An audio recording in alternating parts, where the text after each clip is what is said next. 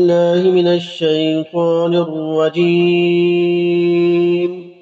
بسم الله الرحمن الرحيم. إنما التوبة على الله للذين يعملون السوء بجهالة ثم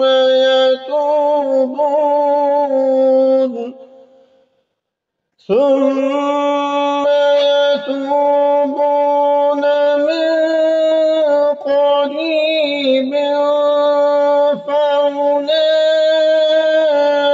يتوب الله عليهم وكان الله عليما حكيما۔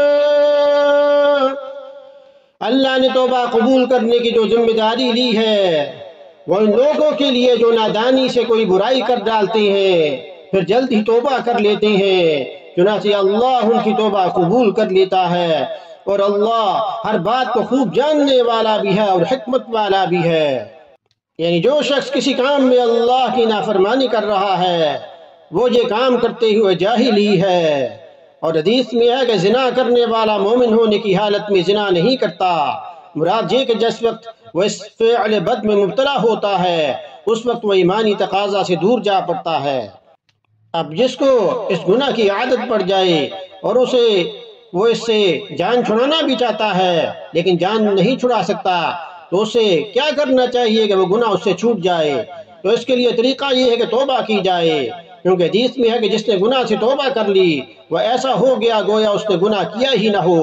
اور بعض روایات میں ہے کہ جب بندہ کسی گناہ سے توبہ کر لے تو وہ اللہ کے نزدیک مقبول ہو جائے، تو صرف یہ نہیں کہ وہ اس پر مواخذہ نہ ہو بلکہ اس کو فرشتوں کے لکھے ہوئے نامہ اعمال سے مٹا دیا جاتا ہے تاکہ اس کو رسوائی نہ ہو۔ تو توبہ کس کو کہتے ہیں؟ توبہ ندامت کا نام ہے، شرمندگی کا نام ہے۔ توبہ کا دوسرا رکن یہ ہے کہ آئندہ اس کام کو جو ہے وہ دوبارہ نہ کیا جائے، اس گناہ کو دوبارہ نہ کیا جائے، اور تیسرا یہ کہ اس گناہ کی تلافی کی جائے۔ اب گناہ کی تلافی کیا ہے کہ جب بھی کوئی گناہ سرزد ہو اس کے بعد فوراً 2 نفل نماز جو ہے وہ ادا کی جائے، اور بہترین طریقہ یہ ہے کہ صلاۃ التسبیح پڑھی جائے۔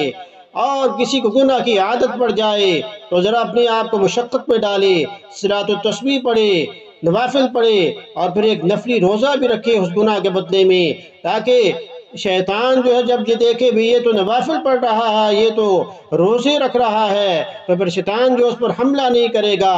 تو توبہ کے لیے یہ چیز ضروری ہے کہ پنجگانہ نماز کا اہتمام کیا جائے، فرائض کے ساتھ نوافل پڑھے جائیں، علماء اور صلحاء کی محفل کو اختیار کیا جائے، درس قرآن درس حدیث سنا جائے، اپنے ماحول کو تبدیل کیا جائے، کیونکہ انسان کی جیسی محفل ہوتی ہے اس کا پھر اس پر اثر بھی ہوتا ہے۔ اور جہاں علاج ضروری ہے وہاں علاج کے ساتھ پرہیز بھی ضروری ہے، اگر پرہیز نہیں تو پھر اس علاج کا فائدہ کوئی نہیں ہے۔ ان تمام فاحشہ فلموں سے گریز کیا جائے، ان تمام تصاویر سے بچا جائے جو انسان کو زنا کی طرف مائل کرتی ہیں۔